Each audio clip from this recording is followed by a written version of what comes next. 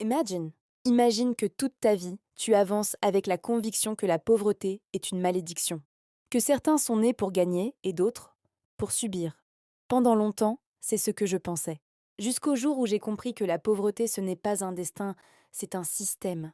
Un piège dans lequel je suis moi-même tombée sans m'en rendre compte. Et ce que je vais te raconter, personne ne le connaît. C'est mon histoire, mais c'est aussi peut-être la tienne.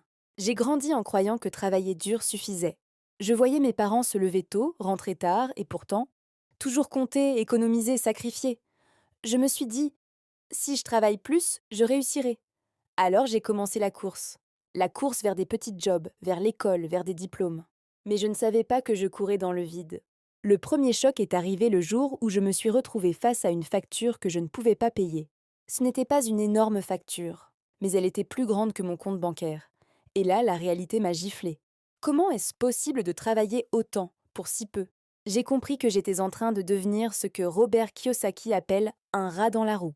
J'avançais, mais je ne progressais pas. Un jour, je tombe sur une interview de Jeff Bezos. Il disait: le plus grand risque, c'est de ne pas prendre de risques. Cette phrase m'a hantée pendant des jours. Parce que moi, j'étais l'opposé. Je voulais jouer la sécurité. Je voulais éviter les erreurs. Et c'est exactement ce qui me gardait pauvre. J'avais peur. Et puis, il y a eu l'anecdote de Steve Harvey. Il racontait que pendant des années, il gagnait bien sa vie, mais il restait pauvre, car il ne savait pas une chose essentielle. Comment faire travailler l'argent pour lui? Il disait: si tu n'apprends pas à mettre ton argent au travail, tu resteras employé de ta vie. J'ai compris que c'était mon cas. Je gagnais, je dépensais, je sentais que je méritais plus. Mais je ne construisais rien. La vérité, c'est que ma pauvreté ne venait pas de mon compte bancaire. Elle venait de ma mentalité, de mes habitudes, de mon entourage et surtout, de mes croyances. Je croyais que l'argent était quelque chose de sale, que devenir riche demandait de la chance, que je devais attendre le bon moment. Mais le bon moment ne vient jamais. Le bon moment, c'est quand tu commences. J'ai failli rester pauvre le jour où j'ai refusé une opportunité. Un ami m'avait proposé d'investir dans un petit projet. Je lui ai répondu: je n'ai pas encore assez d'argent. Et tu sais ce qu'il m'a dit? C'est justement pour ça que tu devrais commencer. Cette phrase a bouleversé ma vie, parce qu'elle m'a forcé à réfléchir. Et si le problème n'était pas l'argent que je n'avais pas?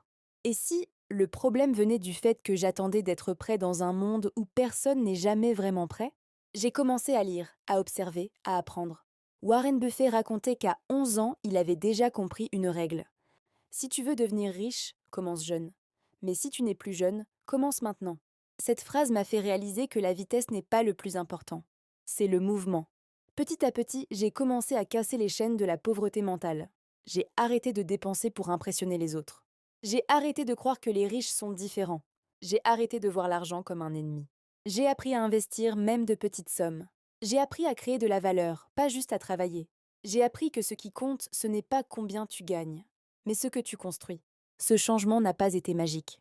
Ce n'était pas rapide, mais il a été profond. Et si je partage cette histoire aujourd'hui, c'est pour une raison simple. Je suis passée à un cheveu de la pauvreté permanente. Pas la pauvreté de l'argent, la pauvreté de l'esprit. La plupart des gens ne sont pas pauvres parce qu'ils manquent d'argent. Ils sont pauvres parce qu'ils manquent d'informations, parce qu'ils manquent d'exemples, parce qu'ils manquent de courage. Et si je te disais que toi aussi, tu es peut-être à un choix près de changer ta vie? Je veux que tu retiennes une seule chose de cette histoire. La pauvreté n'est pas une fatalité, c'est une identité. Et tu peux la quitter. Si je n'avais pas changé ma façon de penser, si je n'avais pas ouvert les yeux, si je n'avais pas décidé d'apprendre, d'essayer, d'échouer, de recommencer, je serais restée pauvre et personne ne l'aurait su.